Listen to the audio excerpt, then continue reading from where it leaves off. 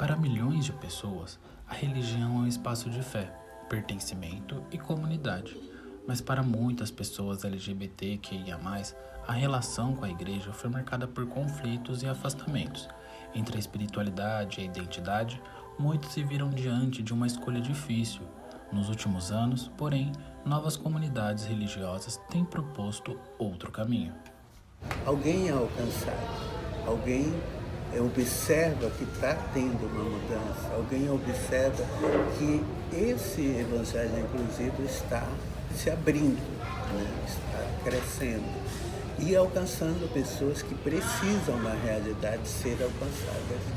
Então eu fico muito feliz de inclusive poder fazer parte desse processo, né? Sendo a primeira igreja trans no Brasil e quiçá no mundo. Porque a nossa mesma está em mais de 80 países e não tem nenhuma outra igreja trans. Então a nossa é a primeira realmente. Um grande orgulho, um grande momento, porque diante de tudo que eu já vivi, eu já não esperava mais chegar a esse lugar de ser consagrada pastora. Nos últimos anos, igrejas inclusivas passaram a surgir em diferentes regiões do Brasil, propondo uma releitura das tradições cristãs e o acolhimento de fiéis LGBTQIA+.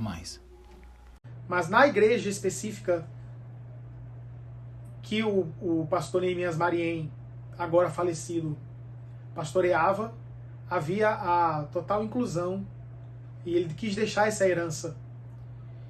E ele escreveu o livro Jesus, a Luz da Nova Era. É o primeiro escrito que nós temos no Brasil que vinha buscar a incluir os homoafetivos. E ele, inclusive, nesse escrito, traz muito daquilo que vem a ser a teologia inclusiva desenvolvida no Brasil. Mas dentro do Brasil, como um todo, a grande maioria das igrejas inclusivas, elas apenas replicaram os dogmas que as igrejas evangélicas tradicionais já o faziam. Então eles interpretaram os 7 textos, mas não reinterpretaram o restante da Bíblia. Fazendo com que aquela lógica existente dentro das igrejas evangélicas, por exemplo, você pode até ser pastor, e você pode ser homoafetivo na igreja inclusiva, mas você tem que ser casado para ser pastor. Ou seja, é uma lógica da igreja, da qual as pessoas que vieram provenientes dela replicaram nas igrejas inclusivas. As inclusivas que são de teologia progressista, afirmativa. Porque a teologia progressista e afirmativa, e quando falamos de teologia progressista, falamos de teologia num campo maior.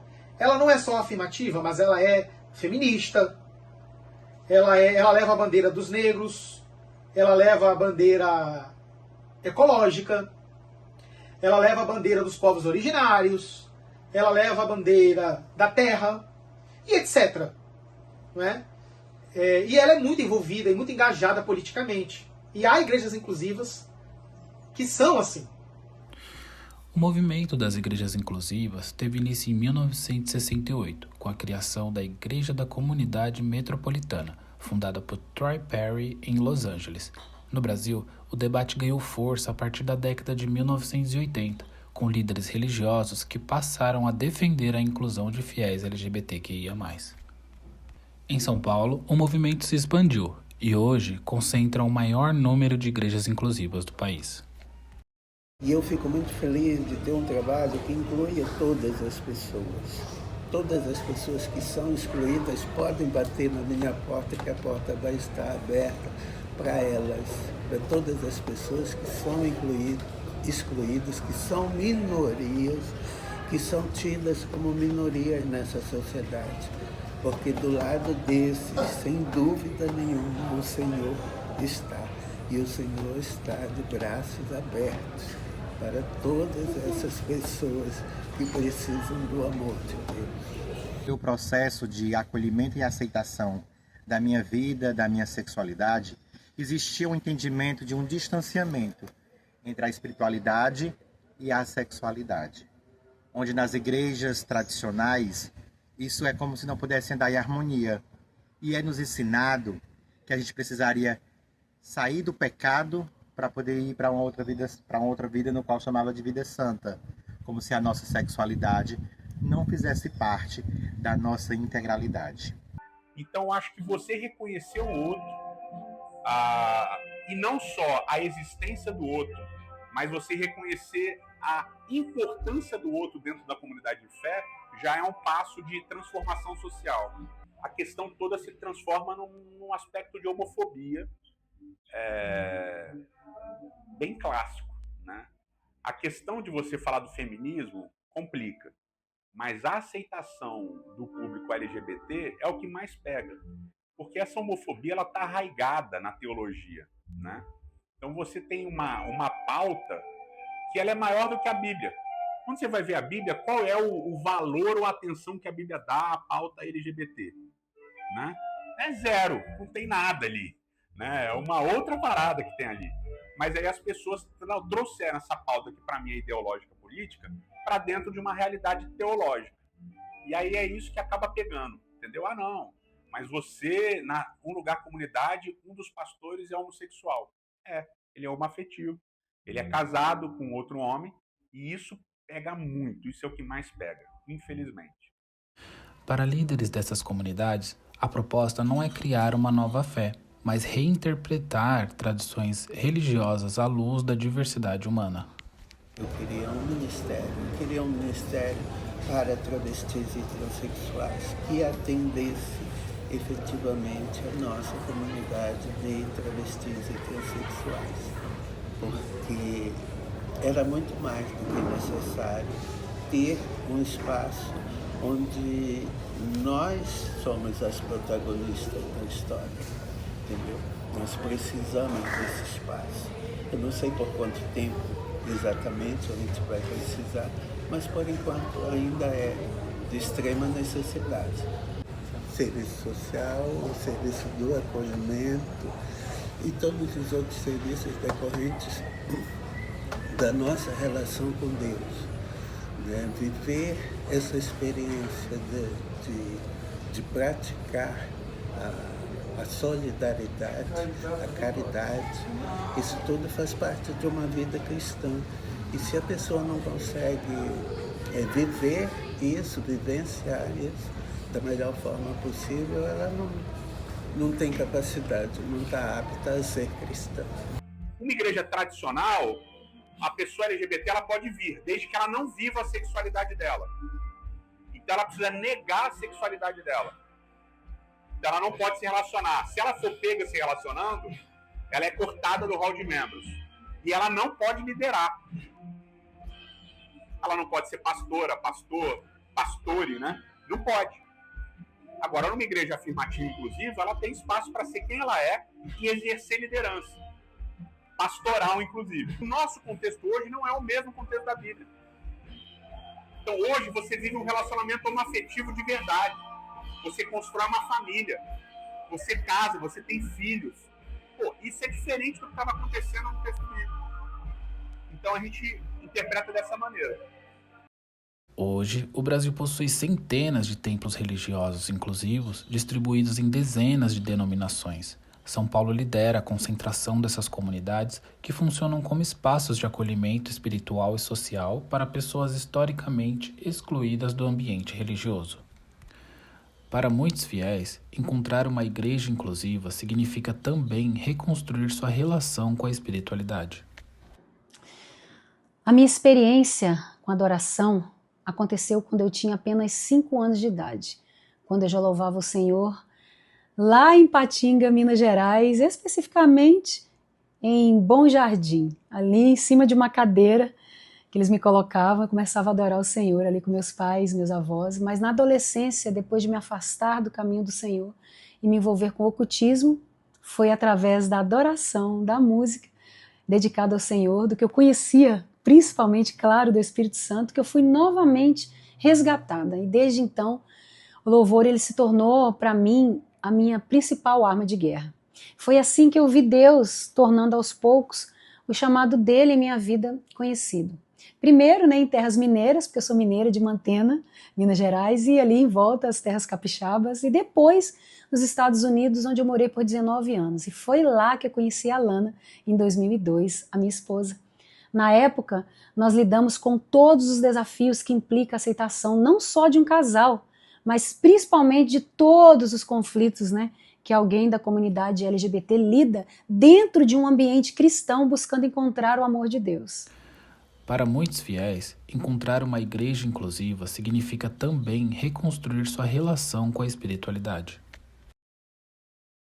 Ele estabelece pontos, ele abre portas, ele rasga o véu de alto a baixo para ter certeza que nem mesmo o homem poderá costurar ele de volta, de baixo para o alto.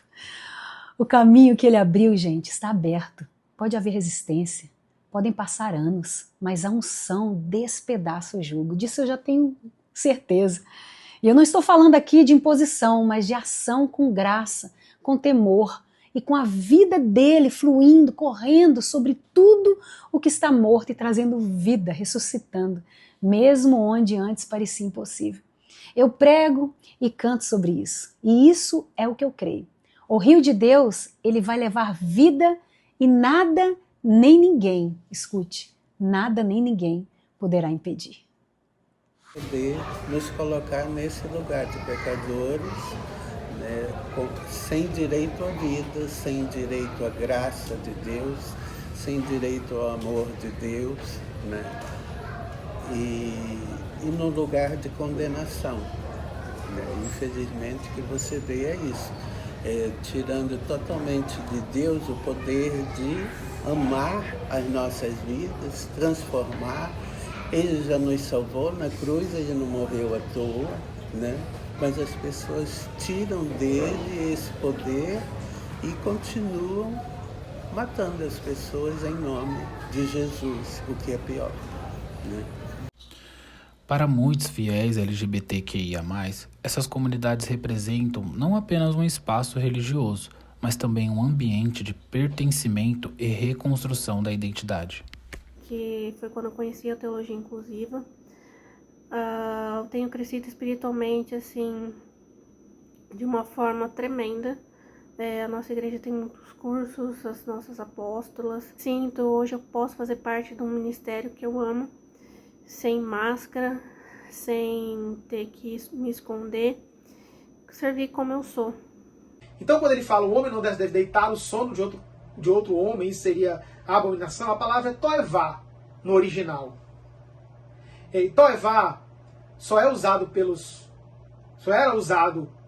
pelos judeus na época para se referir a pecados que não eram sexuais. Eram pecados, digamos assim, ritualísticos. Se fosse um pecado sexual, eles utilizariam zimá. A palavra seria zimá. O crescimento dessas comunidades também gera resistência dentro do campo religioso, onde interpretações tradicionais ainda predominam. Segundo o IBGE, o Brasil permanece majoritariamente cristão, mas apresenta crescente diversidade religiosa, abrindo espaço para novas formas de vivência da fé. A história das igrejas inclusivas revela que a fé, assim como a sociedade, está em constante transformação. Para muitas pessoas LGBTQIA+, essas comunidades representam a possibilidade de reconciliar espiritualidade e identidade. A igreja tem sido minha família.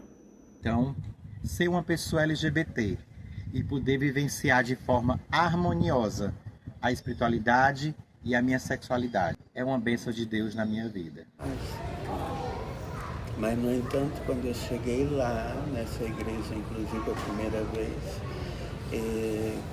que eu fui apresentada, logo que eu cheguei eu tive um impacto, né, de encontrar pessoas totalmente afeminadas, vestidas com o kit crente, paletó e Bíblia. E assim, né, eu digo, meu Deus do céu. E aí quando eu entrei, que um desses líderes que estava na porta subiu no púlpito e abriu a boca, era puro fogo de Deus. entendeu? Fogo do céu descendo naquele lugar. E aí eu pude ver, eu pude sentir, né, o poder de Deus atuando naquele lugar, que não tinha nada a ver com a informação que eu trazia. Eu digo aqui, esse é o meu lugar, eu me encontrei. Entendeu? Então, é muito forte falar isso, porque aquele foi o momento para mim. Foi o momento que Deus pôde me alcançar a minha vida, alcançar a minha alma, mudar minha trajetória, entendeu? Foi o momento que eu conheci a Igreja Inclusiva. E eu digo, não tem nada a ver, graças a Deus, com aquilo que me ensinaram. Entre tradição e mudança, essas igrejas constroem novos caminhos para a fé, espaços onde espiritualidade e diversidade deixam de ser opostas e passam a coexistir.